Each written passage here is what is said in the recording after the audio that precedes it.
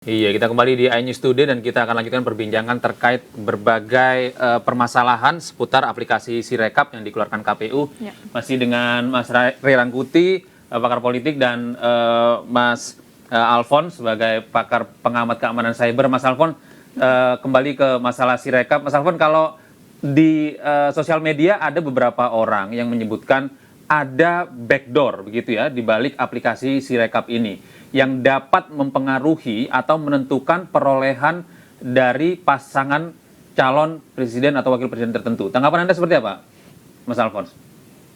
Kalau memang ada backdoor, saya dari umum, saya tidak mewakili KPU, silakan dibuktikan dan diperlihatkan gitu loh.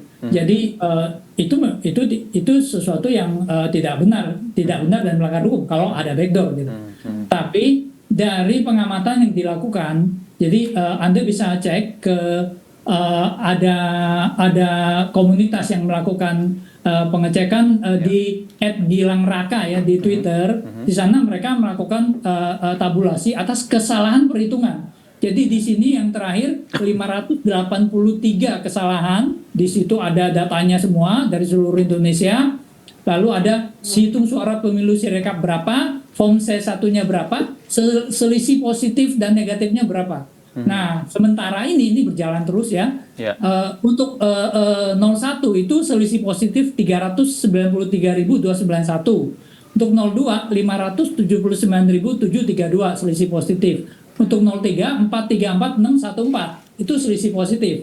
Dan di sana mereka juga ada kolom status juga, apakah sudah terkoreksi atau belum terkoreksi. Jadi berdasarkan itu saya katakan bahwa ini memang terjadinya karena kesalahan sistem gitu loh. Kalau memang ada yang bilang ada bot, ada apa, silakan dibuktikan gitu loh. Saya penasaran, pengen tahu juga. Ada bot, memang nggak boleh, itu tidak boleh. Tapi dari data yang kita kumpulkan seperti yang saya ungkapkan tadi. Tapi itu apakah sangat memungkinkan terjadinya adanya backdoor ataupun bot dalam aplikasi-aplikasi seperti ini?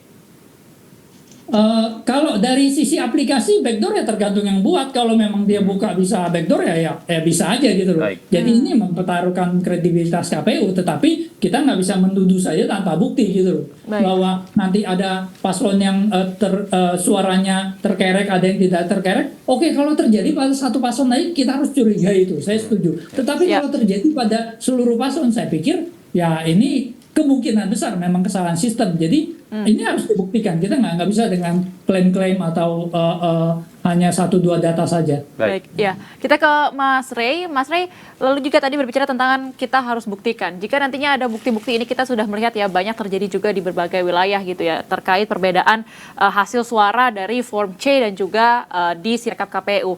Jika dibawa ke Bawaslu atau MK, apakah ini akan efektif? Apakah berpengaruh? Kalau di Sirekap ini nggak ada efek ininya, nggak ada efek hukum. Jadi ya mau hancur-hancurnya pun nggak ada masalah. Kalau konteksnya kayak absahan pelaksanaan pemilu ya. Gitu. Makanya kan saya bilang tadi ini soal gagah-gagahan aja sih sebenarnya gitu. Padahal fungsinya nggak begitu banyak. Mestinya kan dia ngontrol perhitungan suara yang manual.